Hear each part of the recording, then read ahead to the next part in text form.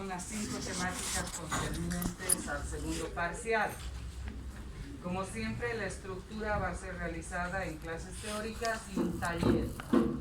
Algunos de los talleres no va a haber necesidad de que lo hagamos acá y solamente suban a la plataforma cada representante de país el trabajo requerido.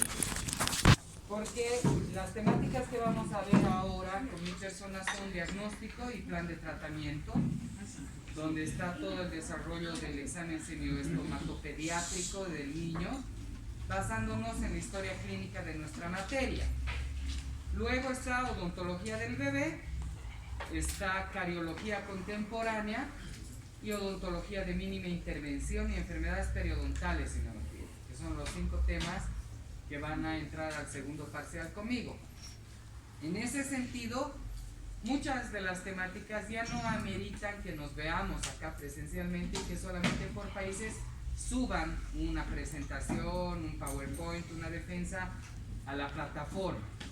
Para eso les voy a pedir por favor que cada representante de país me haga llegar su correo institucional para que yo los habilite a la plataforma y solamente el representante sube los trabajos requeridos, no todas las personas, ¿sí? De grupo, por cada país, que siguen siendo los países con los que han trabajado con la doctora Alcira Miranda. Vamos a entrar ahora a un repaso de varios conceptos que personalmente a mí me llama mucho la atención, porque ustedes se supone que están en quinto año. Quinto año es como que ya hay que pulir nada más su formación, debería ser así. Pero han tenido muchas falencias por diversos aspectos. Se ha venido una pandemia, se ha venido la virtualidad, y seamos francos, la virtualidad nos ha embrutecido a todos, nos ha vuelto más cómodos, nos ha vuelto más panchos, y nos ha quitado el chance de realmente ser el estudiante de antes, ¿sí? Eso pasa en pregrado, eso pasa peor en posgrado, o sea, es una generalización total. Entonces, hablar de un examen semioestomatopediátrico, que la doctora misma, a los que ya han pasado el primer rote, a los que están en el segundo rote, les ha recomendado un texto, un libro, un texto base bien bonito, donde uno puede leerlo, es bien digerible, lo tiene Carlos en la fotocopiadora, que es La ruta del examen semiológico en odontopediatría de Benjamín Gómez Herrera, ¿sí? Es un texto muy bonito, bien dedicado a la odontopediatría, y ese nos va a servir de base ahora para lo que vamos a ver. Hablar de diagnóstico y expediente clínico es referirnos a estos puntos. Hoy en día hablar de solamente historia clínica, o sea, solamente historia clínica, es hablar de un documento, es hablar de un solo documento, la historia clínica. Pero en todo el campo de la odontología y en todas las especialidades ya se habla de expediente clínico, igual que en la medicina. O sea, tú tienes tu expediente como paciente en tu consultorio de la caja, digamos, y ahí está entrando tu historia clínica y están entrando tus exámenes complementarios, laboratoriales, tomografías, etc.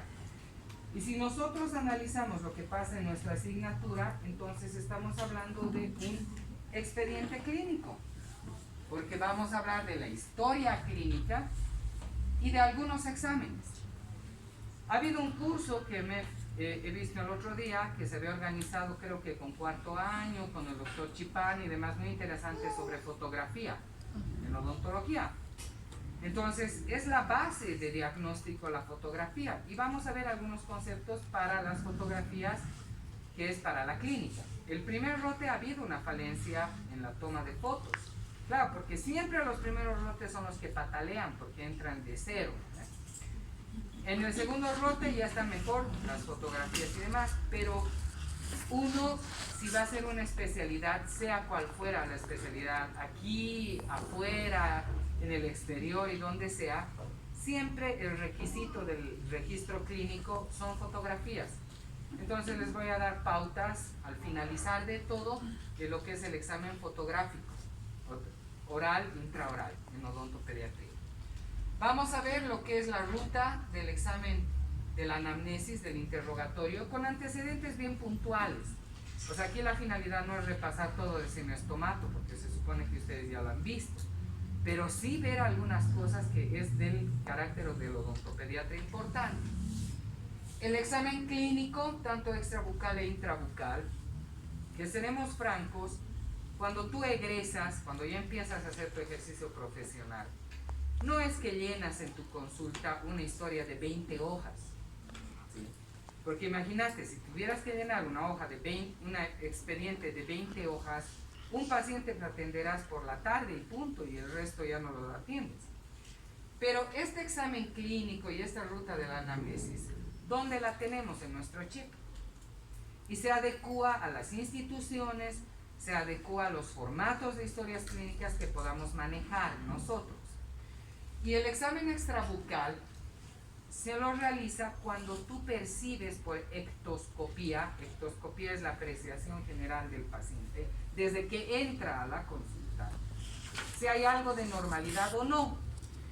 Y si hay algo que va fuera del parámetro de la normalidad, es un paciente con un síndrome, es un paciente con una enfermedad congénita y demás, ahí es donde realmente el examen extrabucal lo adaptamos más específicamente. Por ejemplo, ahora en la clínica estamos atendiendo a una niña que tiene síndrome de Down, síndrome de West, tiene cuadro epiléptico, tiene cuadro de hipertiroidismo y anomalía congénita. O sea, tiene 5 cosas esta niñita que llega en su sillita de ruedas, en su carrito de bebé.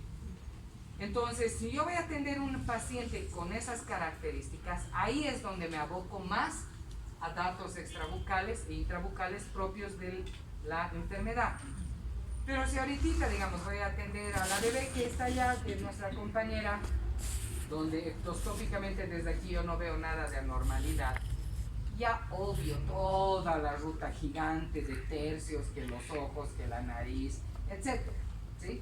Entonces uno va adaptando en su vida profesional los puntos concernientes al examen físico y demás de acuerdo al paciente. Vamos a formular diagnósticos y vamos a entrar a cariología. Seremos francos cómo estamos formados y cómo yo he sido formado también, porque yo he salido de esta casa de estudios. La María Juanita agarra la clasificación de Black. El doctor Pepito Pérez agarra la clasificación de Navia. Y el doctor Lozada joroba con Igras. Entonces ustedes como estudiantes a la hora de la hora salen más chipados que 100 y no aprenden lo que deberían aprender, seremos francos. Y lo mismo pasa con patología pulpar, ¿no? O sea, que la fulanita, las abscedosas, ulcerativas, infiltrativas, toda la clasificación histopatológica. Menganito, que las agudas, las crónicas, reagudas se van a agudizar en 10 minutos, inventan las clasificaciones. Y a la hora de la hora, en lo internacional, estamos con Cohen, 11ª clasificación, que es la americana, ¿no? Pero no aprende. Entonces, hoy, bueno, no hoy, pero en las clases nos vamos a poner de acuerdo con lo que se maneja aquí en Chile, en Estados Unidos, en Cuba, en donde sea, porque es lo internacional que se debe hablar. Luego vamos a hablar un poco del examen radiográfico, porque ahí ya también va la controversia.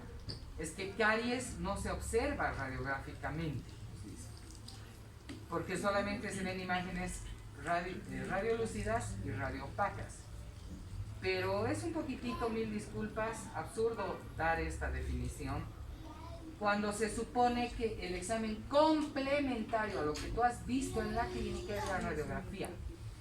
Entonces se supone que si yo he visto clínicamente una lesión cariosa, se va a reflejar en la radiografía con una imagen radiolúcida.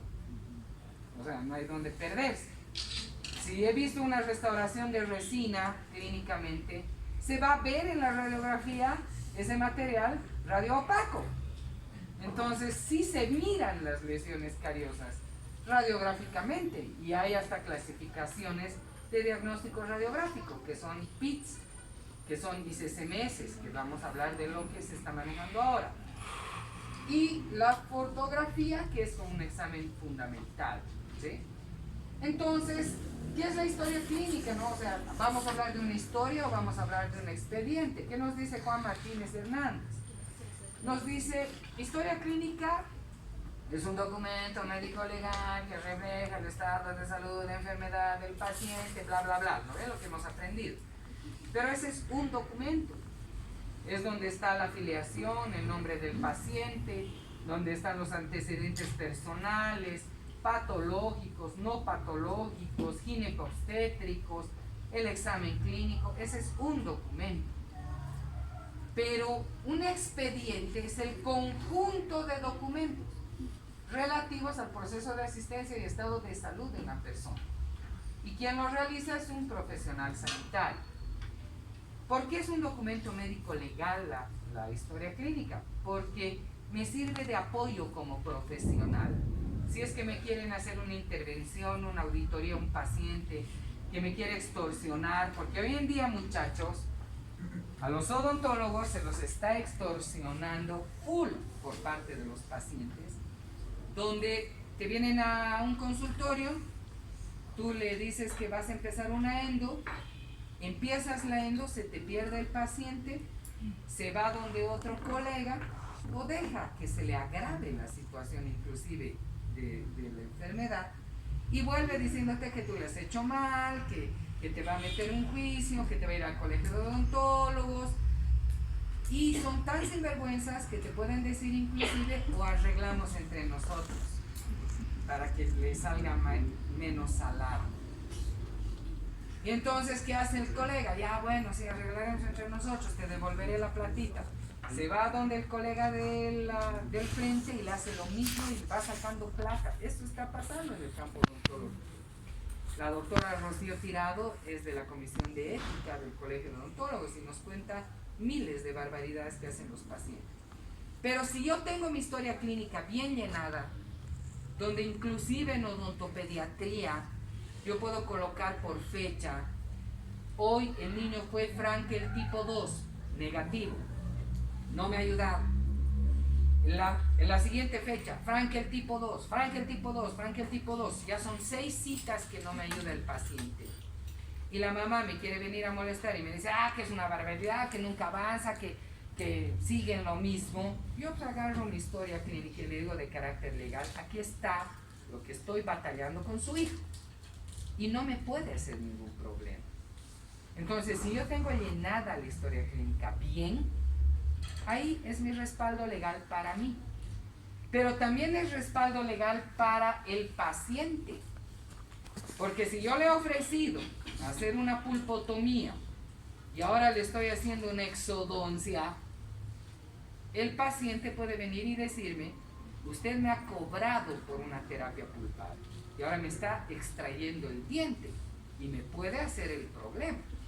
O sea, es un documento legal de sustento para el paciente y de sustento para el profesional. Hasta anteriores gestiones, cuando venía signos vitales, porque nuestra historia que hay en Carlos es así de grande y la historia que está en la plataforma es más chiquitita si la comparan. ¿Por qué? Porque por COVID y cosas ya tenemos que resumir muchas cosas. Pero cuando se llenaba signos vitales, siempre había la trucheza del estudiante por Pancho. Presión arterial, 120/80. Puta, es una guagua de 3 años, 4 años. ¿No ve? Entonces, si se dan cuenta, por eso también se habla de que es un documento de carácter ético profesional. Y no hay mucha ética, ¿no ve? O sea, no somos muy éticos a la hora de llenar documentos que son reales. Todo eso debería ser pensado, ¿no ve? Por ustedes que van a ser la nueva generación de odontólogos profesionales. Entonces, hay formas de registro del acto médico cuyas 4 características son profesionalidad.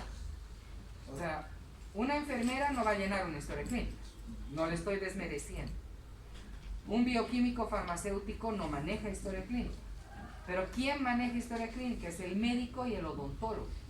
Los dos profesionales que sí manejan historia clínica. O sea, es un documento profesional. Tiene ejecución típica con un objetivo y es lícita. Entonces, cualquier documento que ustedes en su consulta, donde trabajen en adelante, no se lo llena con lápiz. O sea, se debe llenar con bolígrafo. Debe tener códigos internacionales o de acuerdo a la institución donde ustedes van a trabajar. Y tiene que ser guardada. Hoy en día hay softwares hermosos para llenados de historia clínica, para tu celu, para tu compu, pero tengan impreso como en un backup lo que hacen a nivel digital. Porque a mí personalmente ya me ha pasado. Había un software que se llamaba Maxeldent, les doy el dato por si lo vuelven a conseguir, hecho en Bolivia, hermosísimo, para catalogar pacientes por riesgo social, para hacer tus presupuestos, para recetas, incorporabas fotos, bellísimo el Maxeldent.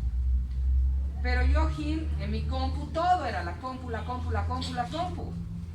Y le entra un virus a mi compu y perdí todo. Entonces siempre, por más de que tengan softwares de historias clínicas y de expedientes, háganse backup, impriman y aunque sea tengan en cajones de sus pacientes. ¿Qué requisitos se necesita para el llenado de una historia clínica? Primero, letra legible. Y tenemos la letra de médico, porque la facultad nos ha arruinado la letra, porque estamos ahorita apuntándolo apenas lo que me está hablando el doctor y se nos arruina la letra. Pero hay que tratar de hacer lo más legible posible. Utilicen códigos. Entran al ministerio, van a ir a su capacitación para provincia y les van a dar un librito que ahí les dan códigos de cómo se coloca caries, que es burritos irreversibles y demás. Entonces se manejan códigos. Toda historia, todo expediente lleva un código. Este es mi paciente, puede ser por apellido, LSM, Lozada Salcedo Mauricio, historia clínica 1, o ustedes ponen código.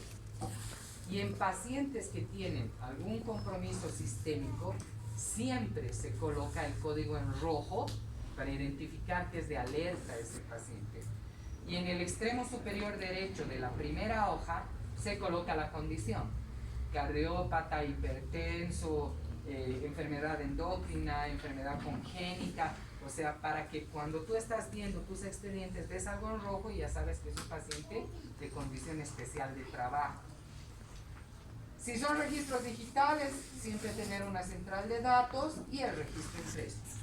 Y los registros complementarios siempre van a ser fotografías y la imagenología, que es parte del estudio imagenológico hoy en día, la fotografía. Y los laboratorios en casos de requisitos. ¿Por qué es tan compleja la llenada de una historia? Porque te refleja no solamente el estado de salud y enfermedad del paciente. La historia clínica, en el caso de la odontopediatría, cataloga al paciente como un ser biológico. ¿Y qué antecedentes serán que le dan toda la parte biológica del paciente? ¿Qué antecedentes identifican biológicamente al paciente? Los antecedentes patológicos, hereditarios, todo lo que es biológico, propio del organismo. Este chiquito biológicamente tiene antecedentes patológicos de una insuficiencia cardíaca. Este niño biológicamente, hereditariamente, es un clase 3, un paciente con prognatismo mandibular. Todo lo que vemos a nivel de estructura biológica está en los antecedentes patológicos, en los antecedentes hereditarios y en el examen físico. Ahí entra todo lo biológico. Lo psicológico.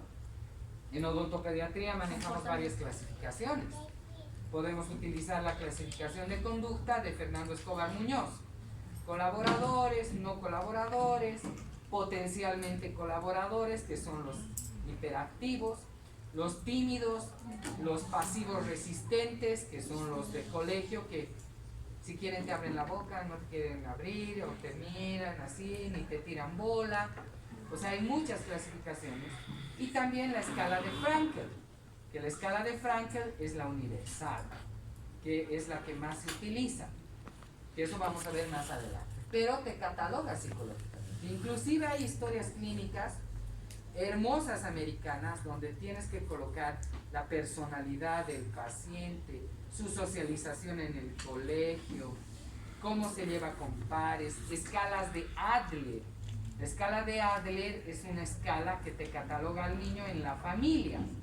Si es hijo mayor, si es hijo menor, si es único en su sexo, si es el uniquito en la familia o si es adoptado. Porque eso tiene mucha influencia psicológica. A ver, de ustedes chicos, ¿quién es hermano mayor?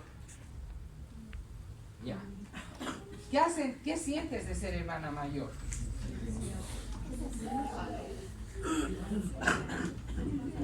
Mucha responsabilidad, mucha carga. ¿Y quiénes son hijos últimos? Menores. ¿Qué sentimos de ser los últimos? No, somos el ombligo del mundo. Somos los remimados, tal vez. Mi hermano mayor es odontólogo, tiene 62 años.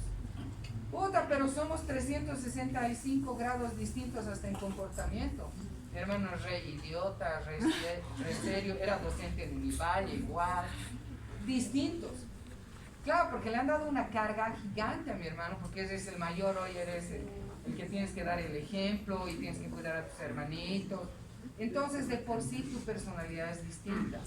Y nosotros los ultimitos, es una belleza, ya nos dan todo, somos mimadísimos, caprichosos. Entonces influye, eso es escala de Adler. Y los del medio, los que son sándwich, ni chicha ni limonada, porque tal vez son 6 hijos, tú eres la 3, y tal vez ni se han dado cuenta que estás en la mesa a la hora del almuerzo. Entonces influye en la personalidad, ¿sí?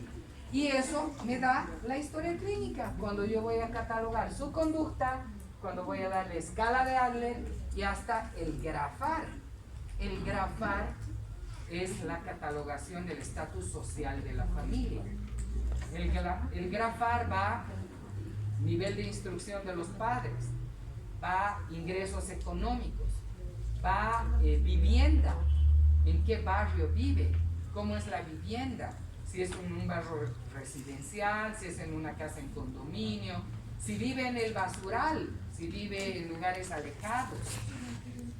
Y eso es el estatus sociocultural, porque en base a eso tú cobras igual a tus pacientes. Y todo esto está involucrado en la historia clínica.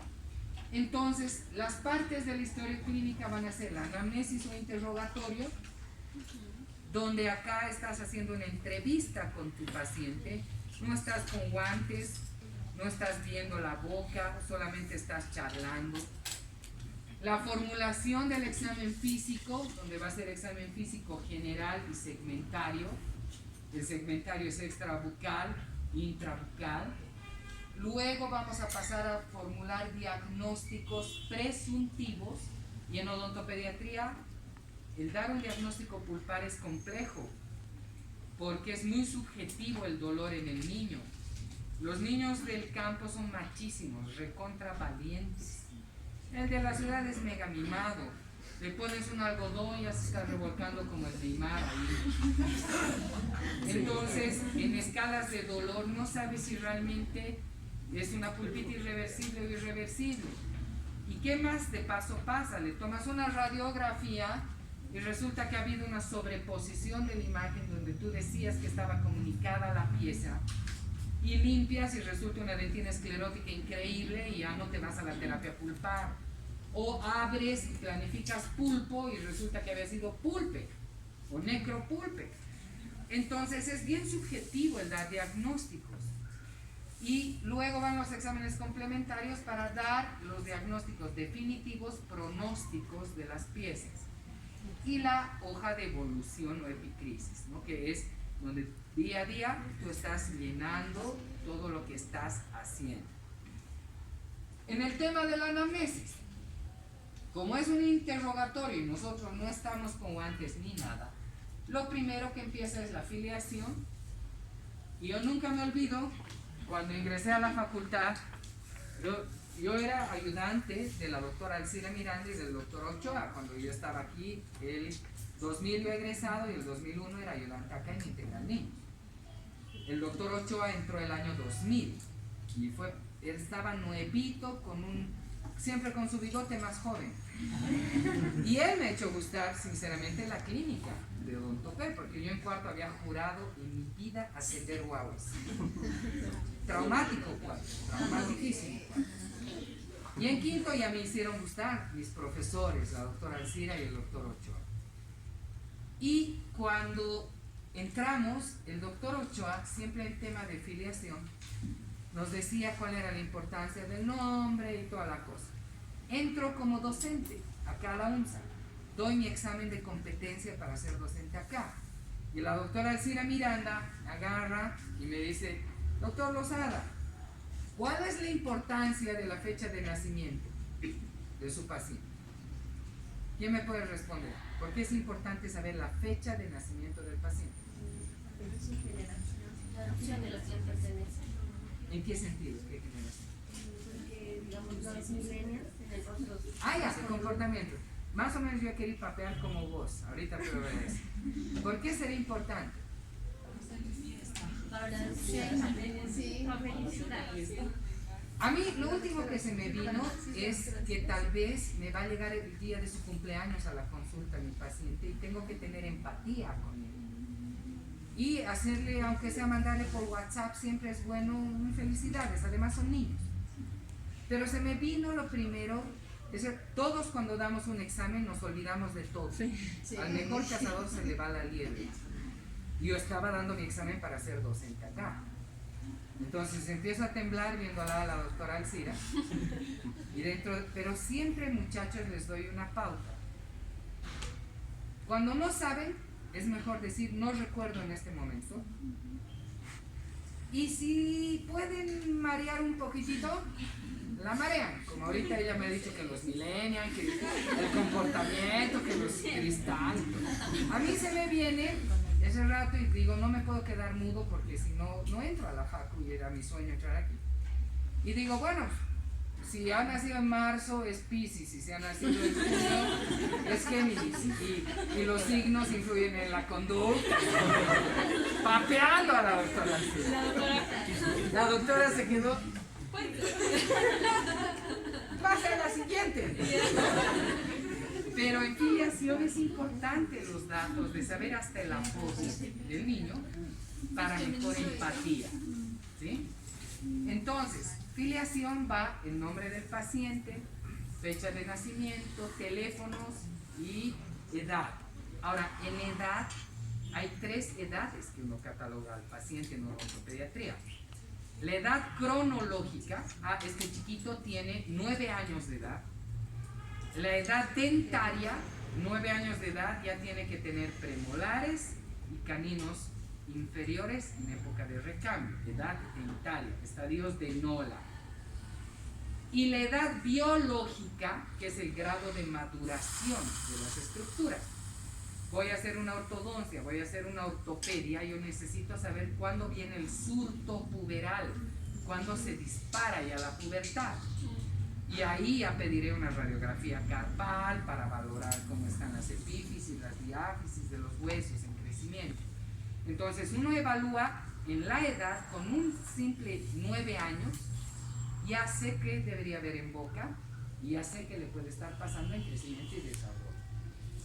El dato de sexo, si es varón o mujer, re importante por crecimiento y desarrollo en odontopediatría.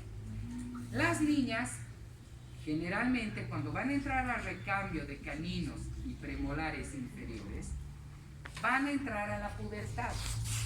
O sea, ya se da un dato de que va a entrar a la pubertad. Y uno pregunta muy sutilmente a la mamá si ya le ha venido el primer ciclo menstrual. Porque si le viene el primer ciclo menstrual y yo voy a planificar ortodoncia, voy a planificar ortopedia, tengo poco tiempo de trabajo en maxilar superior y un poquito más de tiempo en la mandíbula. Por ejemplo, un clase 3 que le voy a poner máscaras. Porque la mandíbula termina de crecer con la adolescencia y la pubertad. En cambio, en el varón, los varones somos más retrasados en crecimiento. O sea, cuando tu esposa te dice, pareces guau y realmente, pucha, no terminas de madurar, es verdad, es cierto. Porque nosotros maduramos más tarde. La pubertad en el varón es cuando ya los premolares están en oclusión. O sea, es más tarde. Y su mandíbula termina de crecer a los 20 años en el varón, 20, 21 años. O sea, tengo chance de mejores ortodoncias en varón que en mujer. O sea que el sexo y la edad se acompañan en eso. Sí, es importante evaluar aquello. Luego vamos a ver el motivo de consulta. El motivo de consulta siempre se escribe en palabras del paciente. Tiene dientes picados, le duele la muela, le sangran los dientes, quiere un control porque va a tener recambio, tiene aftas, o sea, en palabras del propio paciente. Pero la historia de la enfermedad actual se relata con datos científicos odontológicos. Motivo de consulta, dolor de muela, historia de la enfermedad actual, odontalgia, porque es el relato cronológico, que eso vamos a ver qué pautas se deben llenar. Luego están los antecedentes no patológicos, patológicos, maternos. Ahora, cuando se hablan de maternos, no son los datos de la mamá, son los datos del embarazo y del parto y del primer año de vida, que eso me va a dar pautas. Por ejemplo, viene paciente con una hipomineralización molar incisiva, un HMI. Estoy hablando de un defecto de estructura del esmalte en molares definitivos. Puede ser que entre los antecedentes maternos, la mamá me indique que el último trimestre de embarazo ha sido complicado con amenaza de aborto por una preeclampsia. Se le ha disparado la presión. Y que el parto ha sido difícil, y que ha sido intubado, y que ha tenido sufrimiento fetal, y que ha habido hipoxia. Ahí está la causa. Ahí está la causa de que sus primeros molares estén mal mineralizados. Porque sabemos que en el último trimestre se están empezando a calcificar los primeros molares definitivos. Y que en el nacimiento ya están en estadios de Nola 5 a 6. Ahí está. El problema de sus primeros molares ha sido el embarazo, ha sido el primer año de vida, etc. Entonces me sirve para eso. Luego están los antecedentes familiares hereditarios y los odontológicos previos, que esto me va a ayudar a catalogar la conducta que espero de mi paciente. Si ha sido agarrado entre 4, ya fija que este paciente va a ser de difícil manejo. Si son primeras experiencias, tengo mejor chance de modificar la conducta de mi niño. Entonces, toda esta anamnesis hoy en día por el COVID, tranquilamente la podemos hacer virtualmente. O sea, ya no necesitamos estar con el papá miles de horas. Tranquilamente hoy en día podemos mandar entrevistas, podemos mandar esquemas, encuestas, que el papá ya venga a la cita. Doctor Rosada, quiero una cita para mi hija el día de hoy. O tiene cita, no, mándemela el lunes, pero le voy a mandar por WhatsApp y usted me lo va a llenar estos datos. Y él ya me dice si tiene alguna enfermedad o no. O sea, podemos ya resumir aquello en la primera cita. Entonces ahí está el nombre y apellido, el apodo, la edad, el sexo, la fecha de nacimiento, dirección, teléfono de los papás para cualquier emergencia. Hasta la fecha, gracias a Dios, desde que soy estudiante hasta ahorita, nunca ha pasado que haya una verdadera emergencia médica en las clínicas, por lo menos en mí. Pero es angustiante saber que ustedes los traen a sus pacientes, más para una exodoncia y más para una técnica anestésica. Dios no quiera, por X o Y, el niño tiene una reacción de hipersensibilidad al anestésico, ¿qué hacen? ¿Quién va a ser responsable? O sea, ¿quién se responsabiliza? Están haciendo una exodoncia y tocan al dentario inferior y me viene una mega hemorragia y hay que llevarlo al frente, ¿quién se responsabiliza? Entonces, en ese sentido, hay que tener el teléfono de los papás a mano. Y lo ideal frente a anestesias y exodoncias es que el papá o la mamá esté ahí. Debe haber un adulto responsable, porque de carácter legal, así tú más tranquilo por si sucede algo. Motivo de consulta. El bendito virus ha catalogado ahora las consultas odontológicas Pero ya estamos volviendo casi a la normalidad ahora. En emergencias, urgencias y pacientes ambulatorios de tratamiento integral. ¿Cuál es la diferencia entre emergencia y urgencia? Cuando dicen esta es una emergencia y esta es una urgencia. Cuando no hay un compromiso, pero sí necesita atención Inmediata. Eso es una una emergencia. o emergencia. Claro. Es una urgencia. Emergencia es porque se te va a morir si no haces algo ahorita y tiene que ser atendido en el hospital. Una hemorragia, un cuadro de sepsis severo, eso es emergencia. Y urgencia es que debe ser atendido inmediato, pero que no va a comprometer la vida. O sea, un drenaje de un absceso, un traumatismo dental alveolar que no comprometa con hemorragias severas ni estructuras faciales y demás. Eso es una urgencia. Y así se catalogaba en el COVID. O sea, los que han seguido atendiendo en sus consultas en la pandemia solamente atendían urgencias. Y ahora estamos volviendo al ambulatorio de rehabilitación normal. Entonces tenemos que catalogar el motivo de consulta, si es urgencia, emergencia y si es ambulatorio rehabilitador o de tratamiento normal. Y de acuerdo a esto vamos a ver la historia de nuestra enfermedad actual. En la historia de la enfermedad actual vamos a hacer una historia de la enfermedad remota y una historia de la enfermedad propiamente dicha actual. Y ese es el error que siempre cometemos. Antes en la facu dábamos examen de grado o examen de grado. No había el internado. Sinceramente tiene ventajas y desventajas lo del internado.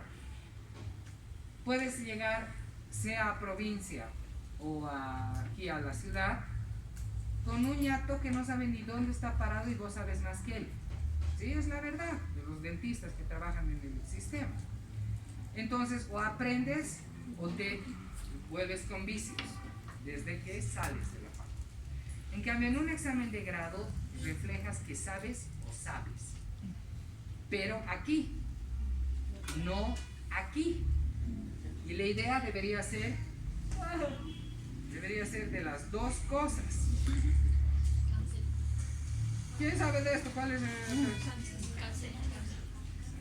De la laptop.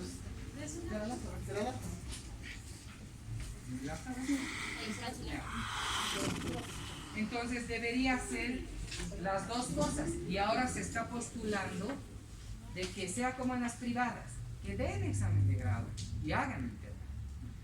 Porque es necesario para que realmente tengan un lindo título de la UNSA.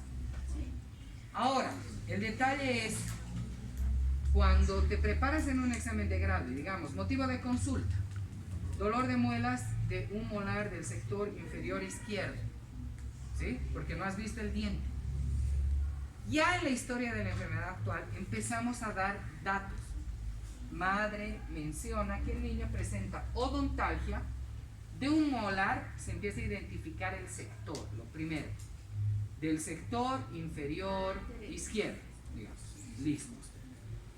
¿Cuál va a ser mi primera pregunta? ¿Te duele? ¿Te duele arriba? ¿Te duele el calor? ¿Te duele el dulce? ¿Te ha dolido anoche? No, lo primero que tengo que pensar es, ¿cuál es la causa de una odontalgia? ¿Por qué duele un diente? ¿Por qué patologías duele un diente? Caries y trauma, nada más. O sea, por eso duele un diente. Entonces, no hay otra cosa que haga doler un diente, ¿sí? O duele por caries o duele por trauma. Entonces, lo primerito que debería enfocar en mi historia de la enfermedad actual frente a odontalgias es, ¿y esa muelita, señora? Porque ni la estoy viendo ahorita esta muela. Estoy así, la guagua está ahí, sentadita. ¿Está picada o no está picada? ¿Está careada o no está careada? Ah, sí, doctor, está careada. ¿Y qué tipo de lesión tiene? ¿Es un puntito? ¿Es una olla? ¿Se ha partido? Ah, no, doctor, es una olla. ¡Listo! Con la simple soncera de eso, una olla, no me puede hablar de nada de patologías reversibles. Así simple. Me tiene que hablar de cosas irreversibles, hasta tal vez de abscesos y de cosas que me voy a encontrar en la clínica. No, doctor, tiene un puntito. Ah, un puntito, sí, una soncerita es la que tiene. Ahora sí ya le entro al tema de dolor. Y decir,